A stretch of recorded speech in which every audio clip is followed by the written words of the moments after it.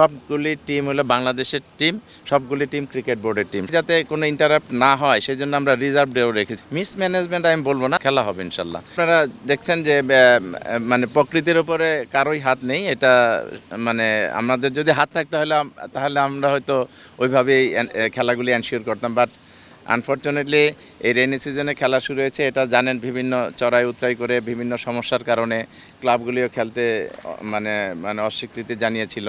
তো এখন ধরেন সবাই আসছে, সব ক্লাবগুলি আসছে খেলতে, এটা হলো বড় কথা।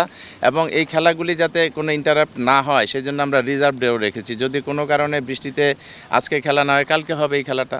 সুতরাং খেলা হবে ইনশাল্লাহ, এটা আমরা আশা করছি। এবং আমাদের এই প্রিমিয়ার ডিভিশন ক্রিকেট লিগ নিয়ে কিন্তু মানে দেখেন, এই প্রিমিয়ার ডিভিশন ক্রিকেট আগে একটাই ছিল, কিন্তু মানে ফার্স্ট ডিভিশন লিগ। তো এটা অনেক আগে থেকে এই যে বাংলাদেশের ক্রিকেটার আজকে এই অবস্থা, এই অবস্থার পিছনে কিন্তু এই ক্লাবগুলির ভূমিকা অনস্বীকার্য। তারা যেভাবে এক সময় বাংলাদেশের ক্রিকেটটা যেভাবে চলছে, সেটা হলো একটি ক্লাবের খেলোয়াড়, তারাই অফিসিয়াল, তারাই ম্যানেজার, তারাই ইনভেস্টর, এরকম ছিল এক সময়। এবং এটার থেকে আস্তে আস্তে আস্তে আস্তে আমাদের এই পর্যায়ে এসছে। সুতরাং এই খেলাটা না হওয়া বাংলাদেশের ক্রিকেটের জন্য একটি লজ্জাকর বিষয় হয়ে যেত। কিন্তু আলহামদুলিল্লাহ আমরা যেটা একটু দেরিতে হলো আমরা শুরু করেছি। আমাদের 2-3 মাস দেরি হয়ে গেছে এই লিগটা শুরু করতে।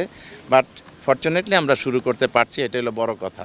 প্রবলেম হয়েছে এখানে আউটফিল্ডে একটু ভিজা ছিল, তো আমরা চেয়েছিলাম যে খেলার ঠিক পূর্ব মুহূর্তে আমরা এটা শুরু করব, সেই জন্য একটু দেরি হয়ে গেছে। বাট আলহামদুলিল্লাহ এখান থেকে আমরা উদ্বোধনটা শুরু করলাম আর কি। প্রতিমন্ত্রী আমিনুল হক এবং বিসিবি সভাপতি তামিম ইকবাল দুজনেরই এখানে থাকার কথা ছিল।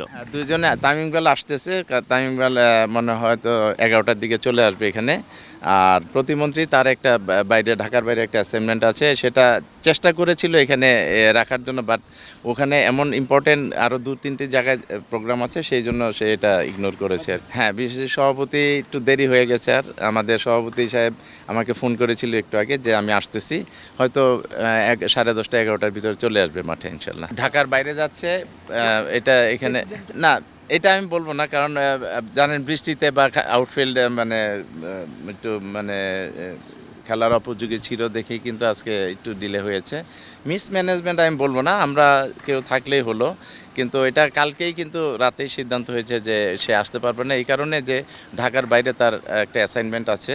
এটা সকালে অনেক ভোরে রওনা দিয়েছে, ঢাকার বাইরে চলে গেছে অলরেডি।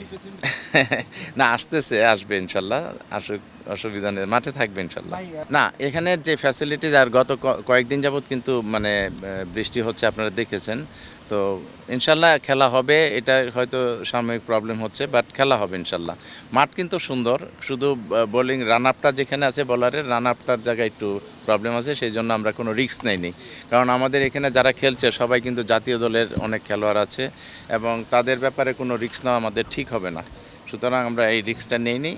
হয়তো মানে অনেক আগে আমরা দেখতাম যে এরকম এই অবস্থায় খেলাটা কোনো ব্যাপার ছিল না, কিন্তু আমরা খেলোয়াড়দের ব্যাপারে মানে অনেকে মানে রিস্কটা নেওয়ার আমরা সমীচীন মনে করছি না, বিধায় কিন্তু একটু ডিলে করছি। অবশ্যই চ্যালেঞ্জ, সেই চ্যালেঞ্জটা আমরা গ্রহণ করেছি ইনশাল্লাহ।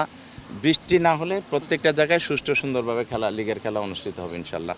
সব মাঠে আমরা পর্যাপ্ত ফ্যাসিলিটিস দিয়েছি, যা যা দরকার মাঠে সব কিছু এনশিওর করেছি আলহামদুলিল্লাহ। বিগত দিনে কি হয়েছে আমি এটা মানে আনতে চাই না, তবে আমি মনে করি এই 12টা ক্লাবই আমাদের দেশের ক্লাব, এই 12টা ক্লাবই ক্রিকেট বোর্ডের ক্লাব। সুতরাং এখানে আমি তখন বেশি খুশি হব যখন 11 নম্বর 12 নম্বর টিম 1 নম্বর টিমকে হারিয়ে দেবে, তখন আমরা বলবো যে আমরা সাকসেসফুল। কারণ হলো আমরা মনে করি যে ওই ক্লাবগুলি যদি ভালো খেলে তাহলে বাংলাদেশের ক্রিকেটটা আরও এগিয়ে যাবে।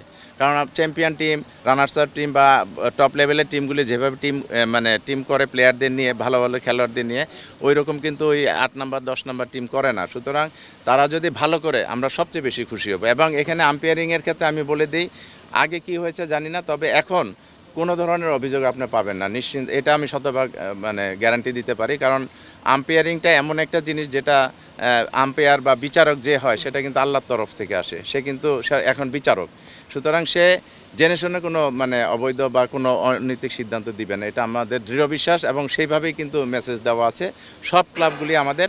আমরা চাই ক্রিকেটের অগ্রগতি, ক্রিকেট যাতে আরও এগিয়ে যায়, সেটা এগিয়ে নেওয়ার ক্ষেত্রে কিন্তু এই যে মাঠে খেলাগুলি যাতে ফেয়ার হয়, সুন্দর হয়, আকর্ষণীয় হয়, সেটার ব্যবস্থা আমরা করবো ইনশাল্লাহ।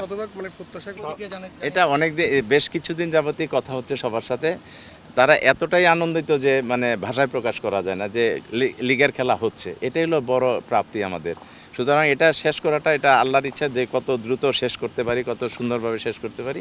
ইনশাল্লাহ প্রকৃতির উপরে কারো হাত নেই, তারপরে আমরা চেষ্টা করে যাব যাতে সুষ্ঠু ও সুন্দরভাবে লিগের খেলাগুলি শেষ হয়। এটা আমি সিসিডিএমের প্রথম মিটিংয়ে আমি এই কথাটা আমি বলেছি যে আমাদের এখানে কারো কোনো চয়েস নেই, সবগুলি টিম হলো বাংলাদেশের টিম, সবগুলি টিম ক্রিকেট বোর্ডের টিম। সুতরাং এখানে আবাহনীকে মোহামেডানকে এটা না, এটা আমাদের টিমগুলি সব আমাদের।